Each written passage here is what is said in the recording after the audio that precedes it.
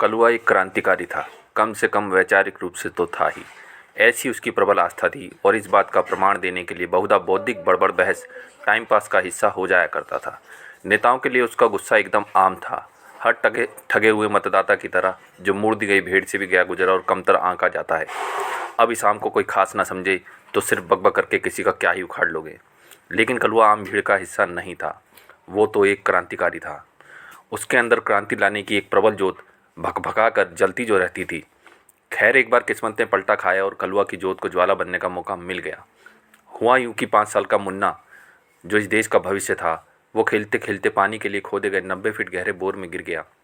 अब अगर देश का भविष्य ही गर्त में जाकर फंस जाए तब उसका उत्थान करने का दायित्व किसका है। अब आप लोग गुस्से में कुछ भी बोल देंगे क्या?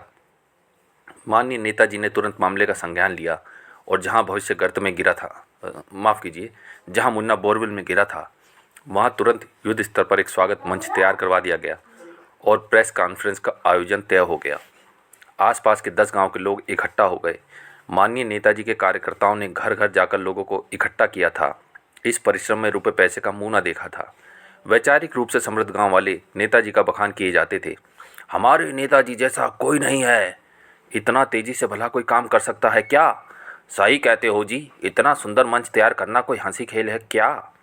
हाँ भाई, सही कहते हो। और मैंने तो सुना है कि जहाँ नेताजी का मंच बना है वो गरीबदास का खेत था।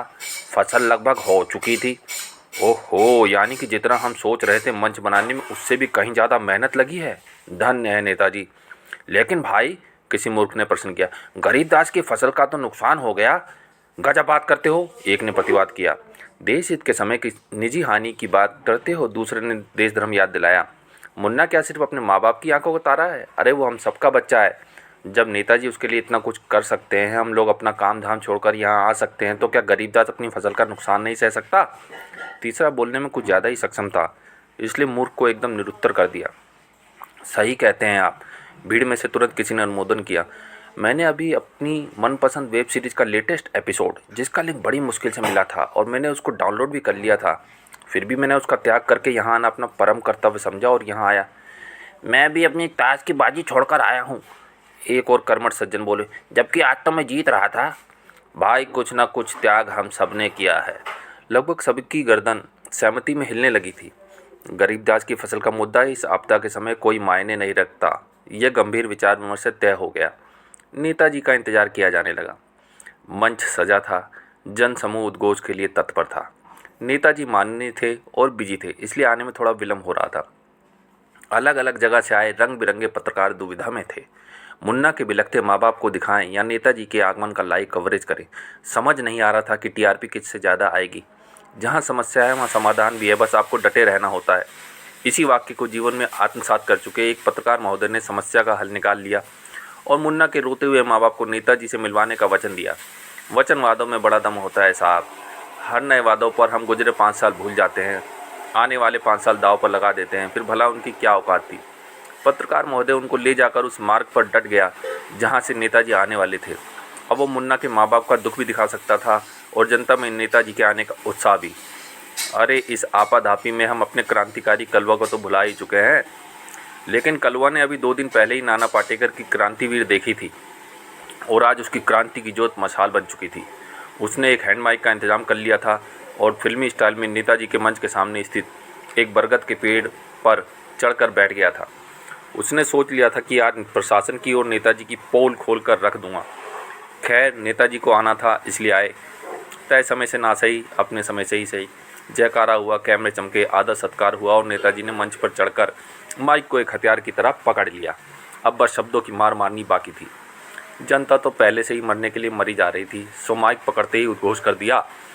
आज जैसे ही हमें इस दुर्भाग्यपूर्ण घटना के बारे में पता चला, हमने तुरंत अपने मुन्ना को बचाने के लिए सभी उपाय कर दिए।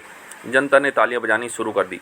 कोई उपाय नहीं किए, बरगद के पेड़ पर बैठे क्रांतिकारी कलवा ने हैंड माइक से कहा। जहां मुन्ना गिरा है उसके आसपास पुलिस ने बाड़ा बना दिया है। बस मुन्ना को बचाने के लिए क्या किया है ये बताओ।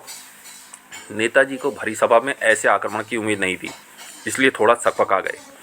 लेकिन बाकियों की तरह वो भी घाघ थे, इसलिए जल्दी संभल गए। नौजवान, तुम जोश में हो, ये उस बच्चे को बचाने का पहला उपाय ही है। कैसा उपाय? अगर पुलिस बाड़ा बनाकर भीड़ को वहां जाने से न रोकती तो भीड़ के दबाव से ज़मीन धंस जाती और हम मुन्ना को खो देते। लेकिन मुन्ना को निकालने के लिए क्या किया? हमने तुरंत विशेषज्ञों के साथ जेसीबी भेजी थी।